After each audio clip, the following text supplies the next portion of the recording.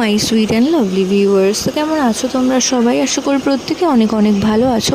আজকে আমরা চলে এসেছি নতুন আরেকটি ইনফরমেটিভ ভিডিও নিয়ে।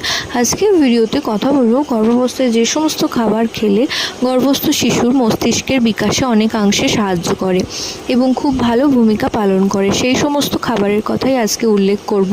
তো প্রোটিনযুক্ত খাবার যেমন ডিম, মাছ, মাংস, পাঁচমিশালি ডাল এবং এছাড়াও যে দানা শস্য রয়েছে সেগুলি খেলে মনে করা হয় গর্ভস্থ শিশুর কিন্তু মস্তিষ্কের বিকাশে ভালো হয়। যেহেতু গর্ভাবস্থায় একটি শিশুর মস্তিষ্কের বিকাশ গর্ভ থেকেই শুরু হয়, তো এই সময় কিন্তু প্রচুর পরিমাণে কাঁচা জাতীয় শাকসবজি অর্থাৎ যে সমস্ত খাবারে ফলিক অ্যাসিডের পরিমাণ বেশি, যেমন পালং শাক, এছাড়াও সবুজ শাক সবজি, তার সাথে পুদিনা পাতা, ড্রাই ফ্রুটস অর্থাৎ আলমন্ডস, বাদাম জাতীয় খাবার, কলা, এই সমস্ত খেলে কিন্তু গর্ভস্থ শিশুর অবশ্যই বুদ্ধিমত্তা বাড়াতে অনেক সাহায্য